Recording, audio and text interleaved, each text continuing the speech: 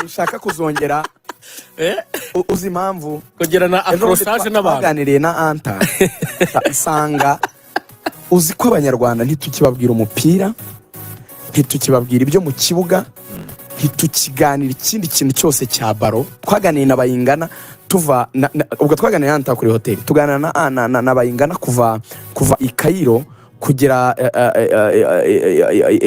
hano Addis Ababa tuva Addis Ababa tugerana hano i Kigali twaganira amasaha agera kuri 7 na David Onda grand frère wacu sha nta nubwo nagashe ngoma kubabaza wonye uzamubaza agabanye ukuntu nageze hano kuri airport ifite ibitotsi naryamye guhera saa 4 cyangwa saa 5 tugeze hano nabyutse hafi muri iki gitondo wabimazemo uzi ikintu nashaka gataye kuvuga ruvuya ibintu byo guhora tugongana biri mu bintu bito dushobora gukora kandi igihe tutabikemuye twese secteurs zose za sport twese nka secteurs za sport nukuri turi gushyira umupira w'u Rwanda ahantu habi ku buryo ari ibishoboka ko amateka yazabitubaza dora mu bintu biri subjective ibintu bitajyanye n'ikintu nyamukuru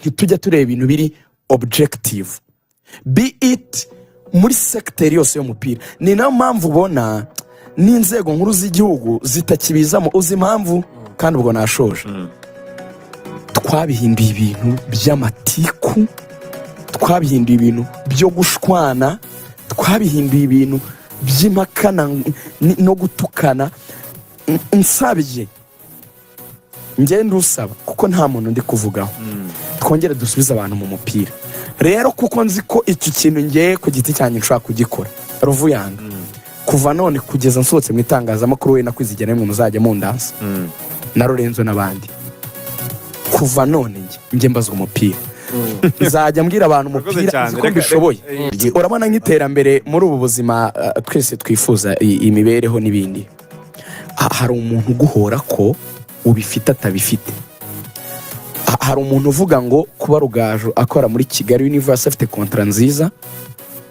iryoshye no kwakora muri RBA akabigiraho ikibazo muri coaching avec experience niba ari match ya pyramide uvuga waruriyo waganiriye nabo donc opinion gusa rashaka kuvuga niki cyake muri ibyo byose niki cyabakuraho ibyo bintu byose by'amatiku n'amagambo avugwa kuki abantu bataganira ibyo dushoboye ari byo twaherewe akazi football tujye on pitch tuvuge Reyo tuvuge mu kibuga tuvuge APR tuvuge mu kibuga tuvuge Gasogi tuvuge mu kibuga tuvuge iki tuvuge mu kibuga stories zose zindi off pitch nje kubwanjye Imana ni inshoboza sinshaka kuzongera kuvuga ku bindi bintu off pitch kuko societe y'abanyarwanda imaze gushyirwa mu bintu byinshi bitari ngombwa abantu babireka nyuma y'amacyuzi byajeho ngo se umuhungu yarabyinnye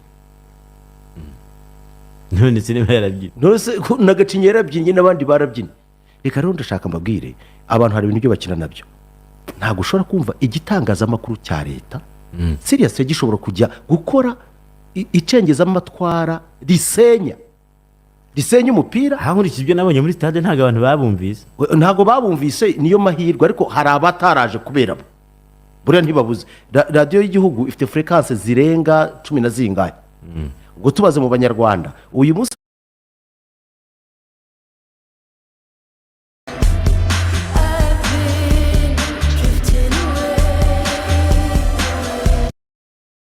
batekereza ko ibintu ushatse kujya kurega nkaregera damages abantu bari kuza bandi mvuga nti estimate yanjye wenda bari 30,000 dizo kuko ntekereza ko abantu bari muri stade bakabakaga 15,000 sibyo ariko ndashaka nkubwire turimo turajya ahantu habi kubona igitangazamakuru cy'igihugu gifatwa na YouTube cartels abantu babyumve neza YouTubers gufata radio y'igihugu bakayihijackinga bakajya birirwa bakora ibintu nk'ibi nge bayida bibane mbabarire akwenda niwo murongo bagendera oya niba ari wo murongo bwana barore niba igitangazamakuru cyawe ari uko kimeze witegure kuzajya mu nkiko no kwandagara imbere y'abaturarwanda bakubaga arese ko bari kwisengera ibyo ngibyo biramureba no madame Sandrine Sheja ni mushya. niba igitangazamakuru cyawe ushaka kugira YouTube rutwitse mu cyubahiro ngomba radiyo y'igihugu kuva navuka yari radiyo de reference, umuntu yumva agashaka kumva amakuru atashaka kumva. Ariko uyu munsi wa none tugeze muri cartels nk'izi ngizi, YouTube cartels. None ntarangiriye aho ngaho, uyu mwana mwibuke. Ariko umuntu wantangaje ngewe, harimo umuntu sindi buvuga amazina ye, nari mufitemo icyizere wenda mbona ari umu gentleman, ariko seriously wakumva this debate uribaza se bari bagamije iki? Gusenyaga ese APR niba ifite make na piramide bitegetse ko Gasogi itazakina? Bivuze ko shampiyona y'u Rwanda ihagarara hayi. No se shampiyona y'u Rwanda ariko ni no gusuzugura abakunzi b'umupira w'amaguru muri rusange n'abanyarwanda. Abantu bose bajya iyo APR igiye.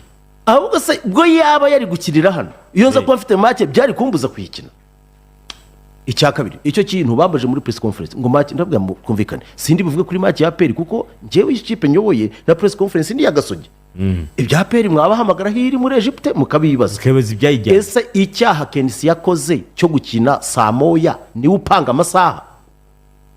Uko ndibaza. Ariko se aba bantu ntibashobora no kubaza wenda ligi babaza bati se ninde upanga karandiriye ninde upanga amasaha ya make?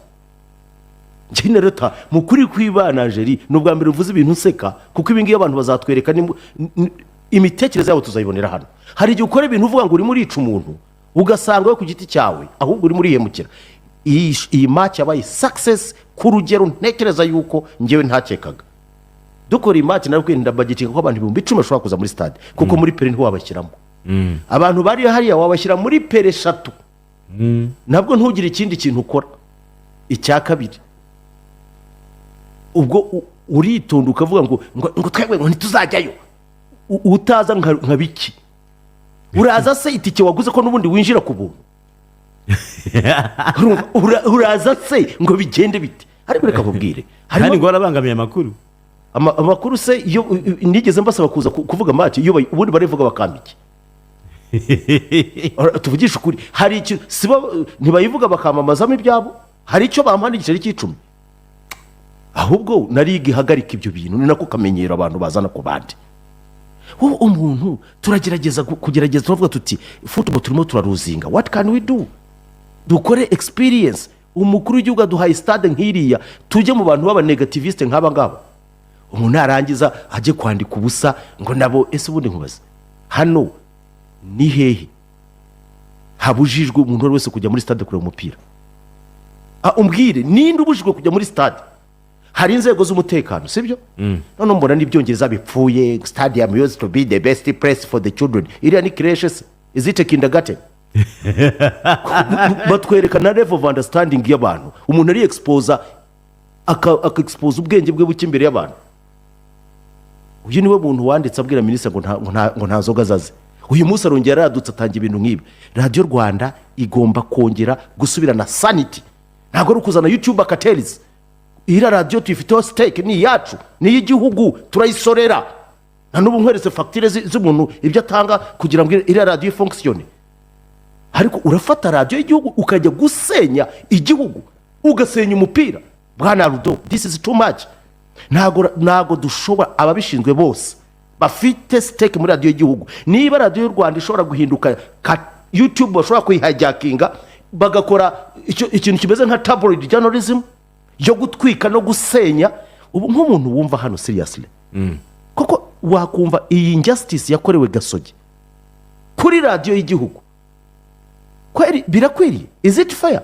Wenda dushimire ko of course Gasogi yagaragaje ko iri big, nabandi nshimira n'izindi media twakoranye tukora ibintu byacu biba successful. Reka nshimire na minister wa sport na ministeri badufashije kandi baranaje. Nshimire federation yadufashije.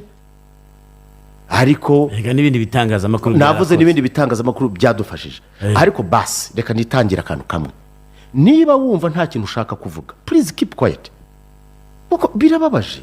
None byakabaye biba ukavuga wenda ukavuga ko ari undi ari YouTube cyano yabikoze, ariko radio y'igihugu ifite frequences zirenga runaka yicaye ku ikipe nka Gasogi. Ubu se tuvuga ko mu Rwanda abafana bose ari abari sport na APR, kandi barivuga ngo reka twigire kuri Rayon. Oya ngo nabo ntibaze ngo bajye gushinyagurira APR kuri radio y'igihugu.